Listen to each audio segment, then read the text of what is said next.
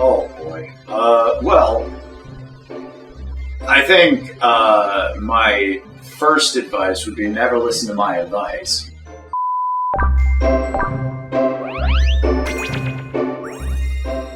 If you want to act, then act. Like, to me, who just wanted to act in any form, whether that be on stage, voiceover, on camera, like wherever I had the luck and they would let me do the thing. Dude, if you go fishing, throw that net into the ocean and haul up what you get. Don't be like, okay, here we go, only swordfish. And then you're like, no tuna, no shark. Like, haul up what you haul up.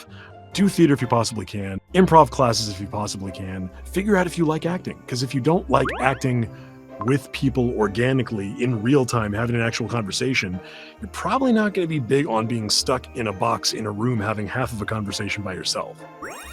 Don't be a poopy butt. Be nice. Like, being nice is really easy. People like working, the successful people in this industry are all really nice because people like to work with them.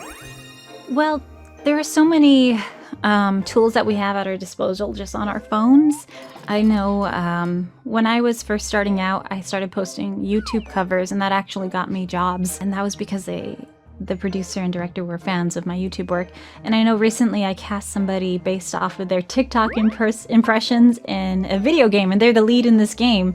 You know, just keep making art, creating as much as you can, put it out there. That's the best part of it all anyway. So as long as you're enjoying creating and putting your things out there, focusing on what you want, then things will happen for you. That's what I believe. There's so many opportunities out there online. I would say I got my start doing sites like Voice123. You have to pay to use it, but you start getting auditions for real paying work quickly, and you can get feedback because you even get ranked on that site. So you can know, like, I'm good at this thing or I'm terrible at this thing. And that's how I learned early on where my strengths and weaknesses were as an actor. I think it's a really great way for anyone to learn who doesn't live around Los Angeles. The vibe you kind of give off and respect that you give off when you go to classes and you meet casting people is very important. Everybody likes to post about every single thing that they're doing online, and I will say that is not a good thing to do. It's just something that I've noticed myself, so I've always been very, very secretive and careful about what I do. If I go to work on something huge, that's totally not like common advice. Stay persistent in terms of doing it. Not everybody, like, you might be at this for years before you really get your chance to break into the industry. And when that chance comes, you want to be ready. So stay on top of your craft. Never forget yourself. That's something I've started to realize recently, where it's like, oh, I've leaned so much into becoming the characters that I've lost myself, and that's the most important part of the process. Like, what part of you can give to the character that you voice. That's a humanity, something to grab onto, you know? Yeah, and especially, you know, to POC actors in general, because, you know, I'm also POC. If you work hard, I feel like your talent and effort will shine every time, you know, even if it takes a while. No matter how difficult it may be, I promise that your work is what matters most.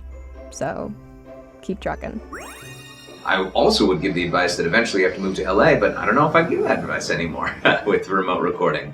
I think that I'm seeing a lot of casting all over the United States, which is really nice. I would always recommend people get theater experience, get live performing experience, get anything you can, because it all will teach you about your craft. Because so many people get into voiceover, and the first thing that exits people's brains when they step in front of a microphone is it's a scene that you are playing with another human being who might not be there. There's a setting. You can't see it, unlike in theater or on-camera acting. Things happening in the story that you don't get to interact with directly. You have to make all that up in your brain, hold it there, and then go. Getting the experience in other mediums is going to be so helpful when you're standing in front of a microphone. And sometimes you can't do it because you can't, you know, be when there's a microphone here and you've got to stand here.